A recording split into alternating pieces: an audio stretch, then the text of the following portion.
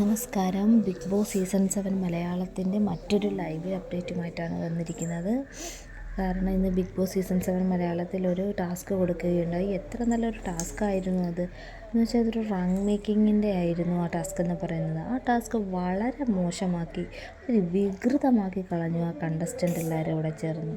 ഇതൊരു ടാസ്ക് എന്ന് പറയുന്നതിലും വേറെ ഒരു കേസ് ആയിട്ടങ്ങ് നമുക്ക് പരിഗണിക്കാം. അതായത് അനീഷ് വേഴ്സസ് അനദർ കണ്ടസ്റ്റൻ്റ് എന്നായിരുന്നു. എന്തൊരു ഷോയായിരുന്നു അതിനകത്ത്. അനീഷ് ഒരു സൈഡിൽ, കണ്ടസ്റ്റൻ്റ് ഒരു സൈഡിൽ, അങ്ങനെ ഇങ്ങനെ. അനീഷാണെങ്കിൽ എനിക്കൊന്നറങ്ങ് ചാറ പറ ഒരു നോൺ സ്റ്റോപ്പായിട്ട് ഇങ്ങനെ പറഞ്ഞുകൊണ്ടേയിരിക്കും. എന്നെയൊന്നുമില്ല, അത്രയ്ക്കും ഷോയായിരുന്നു അവിടെ. ഒരു കലപിലയായിരുന്നു അവിടെ. എൻ്റെ ഒരു ഡൗട്ട് എന്ന് പറഞ്ഞാൽ അദ്ദേഹത്തിന് ഇങ്ങനെ പറഞ്ഞു കഴിഞ്ഞാൽ ശ്വാസം മുട്ടലൊന്നും ഉണ്ടാവില്ല എന്നാണ്. ഒരു ഗെയിം ആണെങ്കിൽ കൂടിയും കുറച്ചൊക്കെ വേണ്ടേ ഒരു സെൻസൊക്കെ.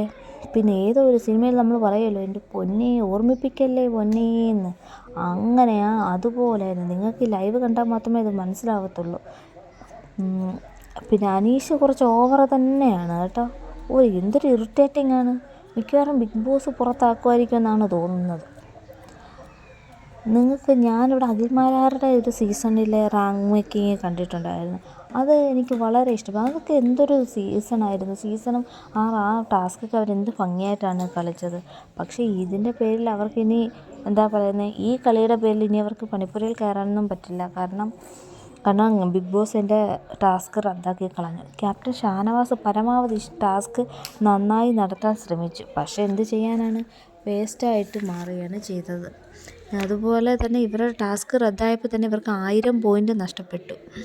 ഈ ഇതിൻ്റെ ഇടയിൽ തന്നെ റെനയും അനീഷും തമ്മിൽ വഴക്കായി. എന്ന് വെച്ചാൽ ഇതിൻ്റെ ഇടയിൽ ഇങ്ങനെ കസേരയൊക്കെ കൊണ്ടുവരുന്ന ടൈമിൽ അനീഷ് കസേര എടുത്തുകൊണ്ട് പോവുകയും ഇരിക്കാൻ കൊണ്ടുപോയത് അങ്ങനെ കാലയിൽ ഇടുകയാണോ, കാലേ കൊണ്ട് വെച്ചെന്നോ അങ്ങനെയൊക്കെ പറഞ്ഞു റെനയും അനീഷും തമ്മിൽ ഒടുക്കത്തെ വഴക്കായിരുന്നു. അങ്ങനെ പറഞ്ഞു ഇനി ഇയാൾക്ക് 1-ാം റാങ്ക് കിട്ടിയാൽ ക്യാപ്റ്റൻ അല്ലെങ്കിൽ നോമിനേഷനിൽ നിന്ന് റദ്ദാക്കുമോ അങ്ങനെ ചെയ്യുമോ എന്ന് വിചാരിച്ചാണ് ഒരു കണ്ടസ്റ്റൻറ്റും ഇയാളെ സപ്പോർട്ട് പോലും ചെയ്യാത്തത്. കാരണം എന്നിട്ട് അക്ബർ ഇതിനകത്ത് പറഞ്ഞിട്ടുണ്ട്, അയാൾക്ക് 1-ാം റാങ്ക് കിട്ടി ജയിക്കുകയാണെങ്കിൽ എനിക്ക് ഡ്രസ്സൊന്നും വേണ്ട, ഇയാളുടെ കൂടെ ഞാൻ കളിക്കത്തില്ല എന്നൊക്കെ കിടന്ന് പറയുകയുണ്ടായി. എന്തായാലും ബിഗ് ബോസ് 1 മണിക്കൂറായിരുന്നു ഇതിന് സമയം കൊടുത്തത്. പക്ഷേ കണ്ടസ്റ്റൻറ്റിനൊന്നും അത് യൂട്ടിലൈസ് ചെയ്യാൻ കഴിഞ്ഞില്ല. അവസാനം ടാസ്ക് മോശമാക്കിയതിൽ ബിഗ് ബോസ് ദേഷ്യപ്പെടുകയും ഒരു കണ്ടൻറ്റും ഉണ്ടാക്കാൻ നിങ്ങൾക്ക് കഴിയില്ലെന്ന് ബിഗ് ബോസ് വളരെ ദേഷ്യപ്പെട്ടു.